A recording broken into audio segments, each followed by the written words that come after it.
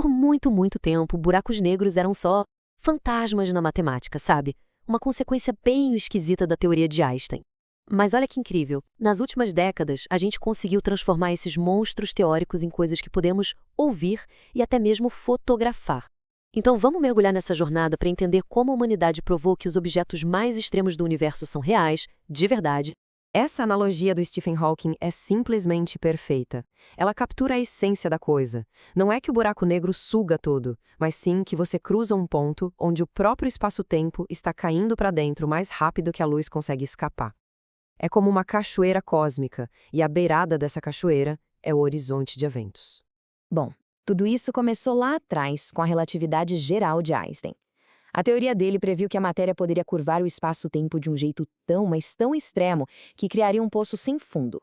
Lá no centro, uma singularidade, com densidade infinita, e em volta dela, uma fronteira que é crucial para tudo isso, o horizonte de eventos. É muito importante a gente entender isso aqui. O horizonte de eventos não é uma superfície física que dá para tocar. É um limite no próprio espaço-tempo. Uma vez que você cruza essa linha, todos os caminhos possíveis te levam, inevitavelmente, para o centro, para a singularidade. É o verdadeiro ponto sem retorno. Durante muito tempo, a ideia era bem simples. Buracos negros eram prisões eternas. O que entra nunca mais sai. Fim de papo. Mas aí, lá nos anos 70, Stephen Hawking chegou, uniu a relatividade geral com a mecânica quântica e virou essa ideia de cabeça para baixo. E essa foi a grande virada de chave. A descoberta de Hawking mostrou que, no fim das contas, buracos negros não são completamente negros. Eles brilham. Tudo bem que é um brilho incrivelmente fraco, uma radiação térmica, mas ainda assim, eles brilham. E isso significava uma coisa bombástica.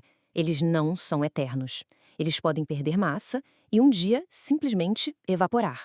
Mas como isso funciona? Então, o segredo está no vácuo do espaço, que na verdade não é tão vazio assim. Ele está o tempo todo fervilhando com pares de partículas virtuais que surgem e desaparecem. O que acontece é que bem na bordinha de um buraco negro, um desses pares pode ser separado. A partícula com energia negativa cai, pagando a conta e diminuindo a massa do buraco negro, enquanto a outra escapa. Para quem está olhando de longe, parece que o buraco negro está emitindo radiação. É a famosa radiação Rauthier.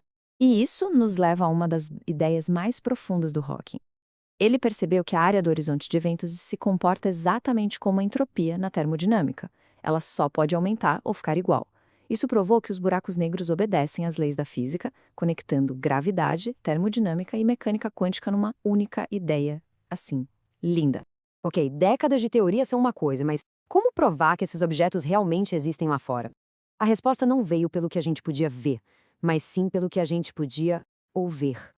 Ouvir as ondulações no próprio tecido do espaço-tempo. No dia 14 de setembro de 2015, os detectores do LIGO registraram esse piu, um som curtinho. Era o som de 2 buracos negros, a mais de 1 bilhão de anos-luz daqui, girando um em volta do outro até finalmente se fungirem. Foi a primeira vez na história que a gente detectou ondas gravitacionais diretamente. Uma previsão de Einstein de 100 anos antes sendo confirmada ao vivo.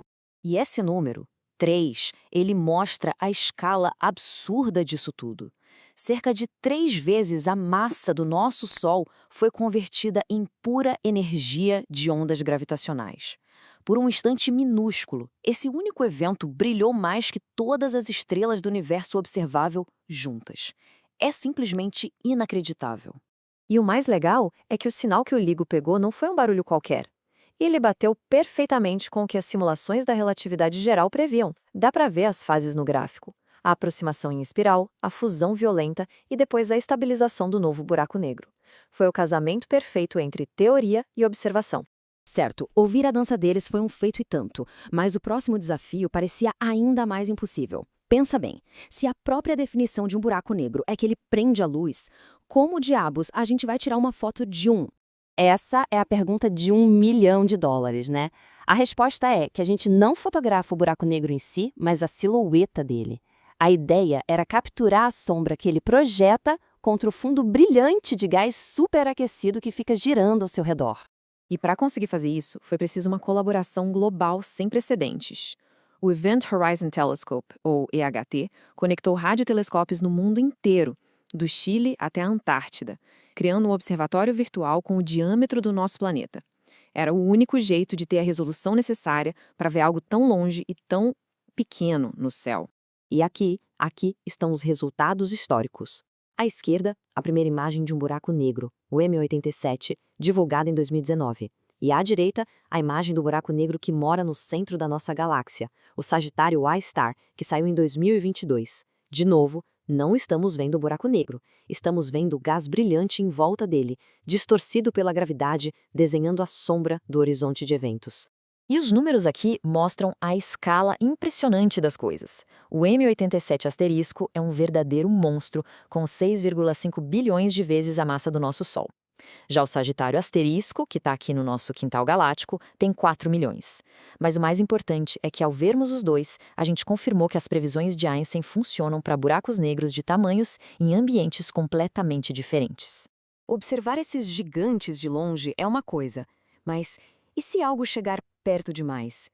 Aí a física se torna uma coisa visceral e, bem, aterrorizante. Essa citação resume tudo. O que parece coisa de filme de ficção científica é, na verdade, uma realidade que a gente observa no universo.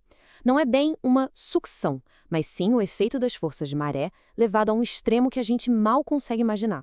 Esse fenômeno tem um nome que é até meio engraçado, espaguetificação.